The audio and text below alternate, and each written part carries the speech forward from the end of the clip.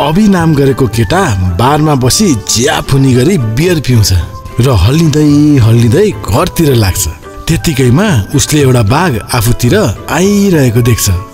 लौ मार्यो, आज बाघको शिकार हुने भयो भनेर तर्सिन्छ।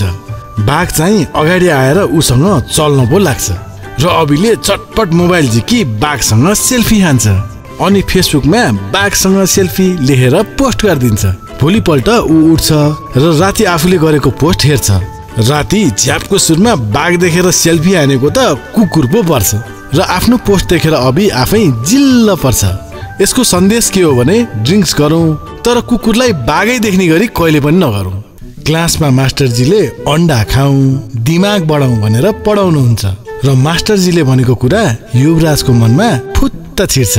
अनि घर पुगी युवराज 1-2 अन्डा खाए त जस्ट पास हुने दिमाग होला, दर्जनै खाए त क्लास टप नै गरिएला भनेर गमती अन्डा खान्छ अनि रातभरि पेट थिचेर टोयलेटतिर धाउँछ। भोलिपल्ट क्लासमा अन्डा खाएर दिमाग होइन बरु रातभरि टोयलेट धाएर पानीको पैसा चाहिँ बढ्यो भनेर मास्टरजी माथि कराउँछ।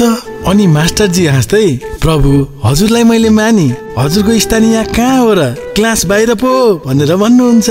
अनि युवराज दिमाग बढाउने चक्करमा क्लासैबाट आउट भयो भनेर दिक्क हुन्छ। त्यसैले साथी हो अन्डाको चक्कर छोडौँ, बरु अलिअलि मेहनत गर्न थालौँ। एक दिन एउटा प्राइभेट प्लेनमा 4 जना साथीहरू ट्राभल गर्दै हुन्छन् र कोही चाहिँ एकदमै घमण्डी र पोजी हुन्छन्। एउटीले पोज देखाउँदै आफ्नो हातमा ब्याग लिएर यस्ता ब्याग त मसँग कति छ भन्दै प्लेनको झ्यालबाट ब्याग फ्यालिदिन्छन्। त्यतिकैमा अर्कीले यस्ता कोट त मसँग कति छ भन्दै प्लेनको झ्यालबाट कोट नै फ्यालिदिन्छन्। अर्कीले फेरि महँगो घडीहरू देखाउँदै यस्ता घडी त मसँग कति छ भनेर झ्यालबाट घडीहरू फ्यालिदिन्छन्। त्यहाँ एउटी सोझी टाइपको केटी चाहिँ म अब के गरौँ भनेर सोचमा पर्छिन् र आफ्नो एउटा साथीलाई आऊ भनी तानी प्लेनको ढोकातिर लान्छन् र बाहिरतिर धकालिदिन्छन्। मसँग पनि यस्ता साथीहरू कति छ भनेर दङ्ग पर्छिन्। एउटा दिनेश नाम गरेको मोटे केटा हुन्छ जसको ध्यान हरदम मोबाइलमै हुन्छ। अनि बुढी चाहिँ यो मोबाइलको हात खुट्टा हुने भए यसैसँग तेरो बिहे गरिदिन्थे, म चाहिँ बच्चा बोकेर हिँड्थे भनेर उसलाई गाली गर्ने गर्छिन्।